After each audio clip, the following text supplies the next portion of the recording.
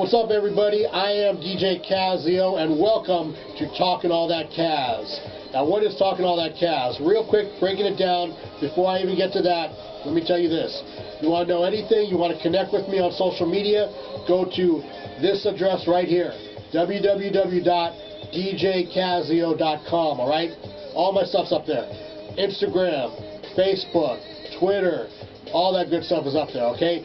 Now, for 27 years, over 27 years, I've been hosting a weekly radio show here at 90.9 FM KHTC in Salinas, California.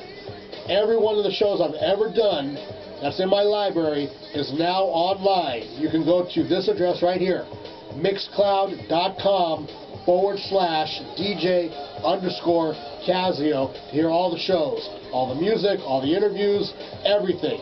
Okay? Now, speaking of interviews, maybe you don't have the time to go to Mixcloud and listen to the full shows, because there's thousands of hours of stuff to listen to. If that's the case, this is what Talkin All That Kazz is for. I've isolated all the interviews, taken the interview clips, put them in video form, and I'm posting them up here on YouTube for you guys to check out in a shorter time, alright? So you can just go, pick out whatever interview you want to check out, and here it is, okay? So, without further ado, let's see what I got in store for you this time around.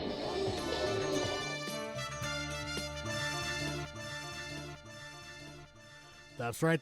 Back in the place right here. A couple minutes past 7 o'clock. Yours truly, Kazzeo, in the building. We are 90.9 FM KHTC Radio Bilingue here in Santa Cruz and Monterey counties. 104.1 FM if you're out there in San Benito County, and streaming live at WednesdayRec.com. Got to go real quick and take care of some business, and that business would be the fact that I am joined right now by a young artist, new cat on the scene. When you say Northern California, everybody usually thinks, San Francisco, Oakland, but this guy's really Northern California. Nate the Lion, man. How you doing tonight? Good. Yourself?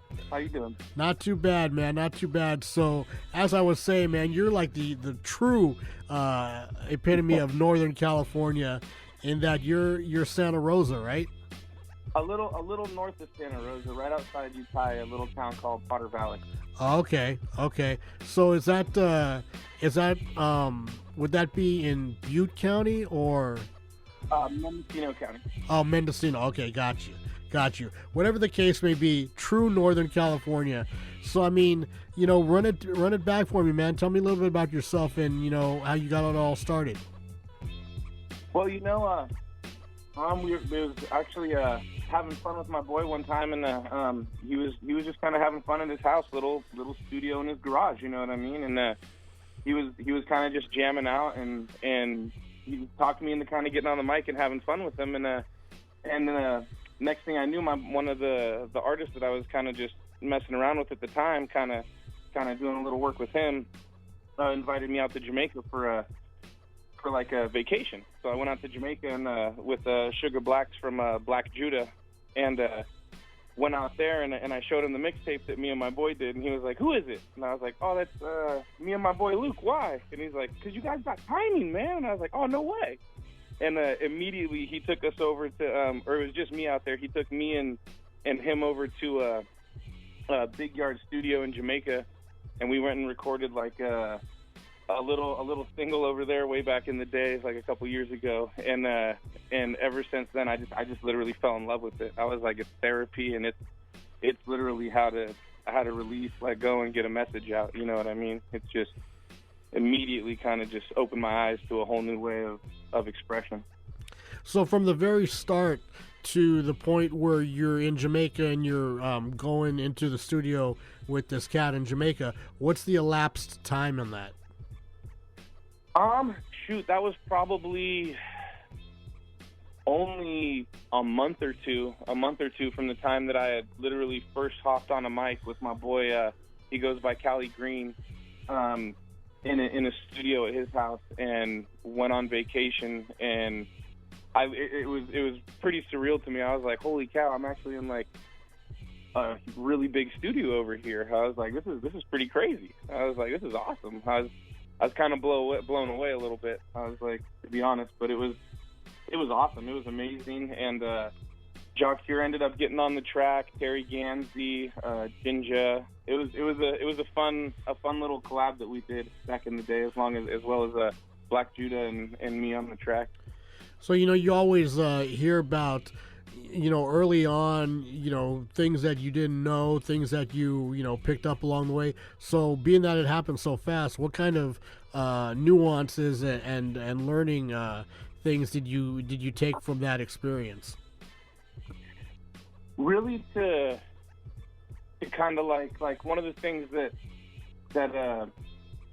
Sugar Blacks really taught me was like kind of meditate when you write, and and really think about, like, you know what I mean, kind of feel the music, feel how it speaks to you, and let it kind of do the talking for you in a way. You know what I mean? Like, I would kind of sit and vibe the music before I ever came up with lyrics for anything. And it's funny because the track that's out now, I was actually recording another track, and my producer had played the beat for me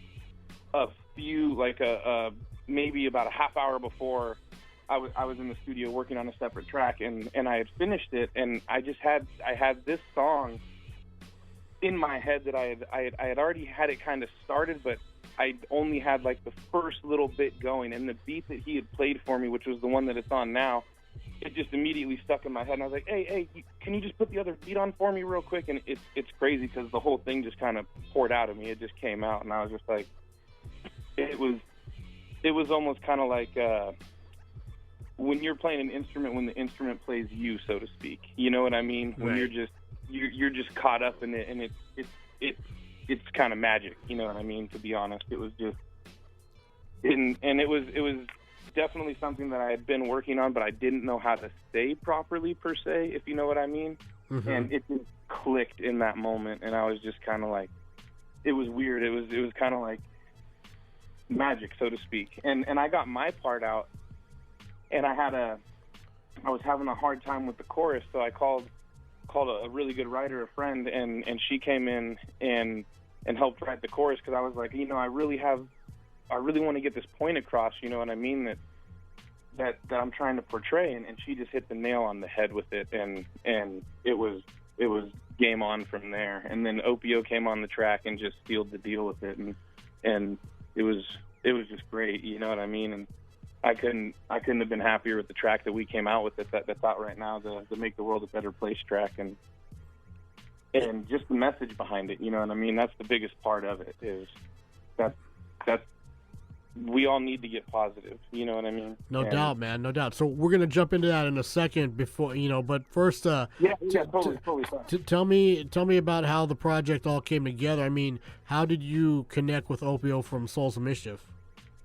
So way back in the day, before I had even really started music, I had a clothing line that I started, Chronic Apparel, and I had hit my publicist hit up Opio and Black Judah to do my my website release party, and Opio showed up, and ever since that night, like, we clicked, and we've just been like hanging out ever since. Like, I hit him up when I was doing the track, and because I know how much of a conscious artist and how positive he is. I've been listening to him almost, since back in the day, and I was just really, really stoked that he was like, bro, I love the message. I would love to get on the track with you. And I was just like, yes, dude. I was like, this is perfect. I was like, so, obviously the next step would be, an album or an EP put together. Have you begun work on that, or what can we expect from that?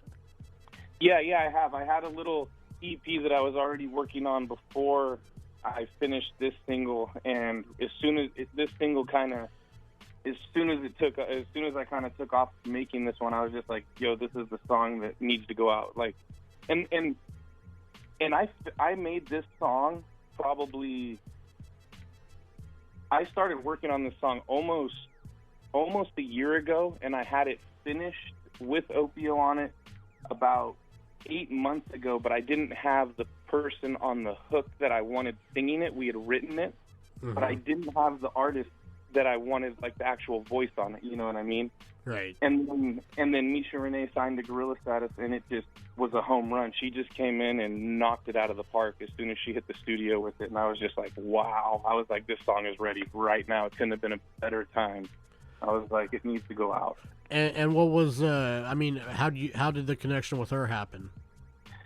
It was one of the A&Rs found her and pointed her in the direction of the label, and as soon as we got in talks with her, it was just kind of like it just clicked. It just seemed like a great fit, and she liked the fit, we liked the fit, and it's just been pretty amazing ever since. Just really good work, a great artist, really just on top of her game. Well, there it is, man. There it is. The lowdown from the man himself, Nate the Lion. How can people catch up with you online? Give all your social media contacts. All right, so my social media, my Instagram is actually, it is, make sure I get the spelling right for you, it's gorilla_status1, which is GORILLA_status, STATUS1, and that's Instagram. And then over on Snapchat, it is Gorilla Status 1 with no underscore. And you don't do Twitter or Facebook or anything like that? Yeah, I was pulling up Twitter right here for you. Twitter is also at Gorilla Status 1. Okay, there you go, man. There you go. So, do you have a title for the next project? I have a couple more in the making, also with a couple other artists that we might end up putting out first. So I'm not too positive on which one will be coming out, but I do have a couple more coming out called Grow Boy Life and Going Hard, and then another one that's called Bad Night by Oh So Slick. That's a super good track and really relevant right now. And another one called One Time that's just it's super popping at the same time. Dope, man. Well, hey, man, I definitely first appreciate you taking the time to call in tonight. Also, I look forward to hearing what's next, man. So, we're going to jump into it. Nate the Lion featuring Opio and it's Misha Renee. Is that the name? The girl's name? Misha Renee. Make the world a better place.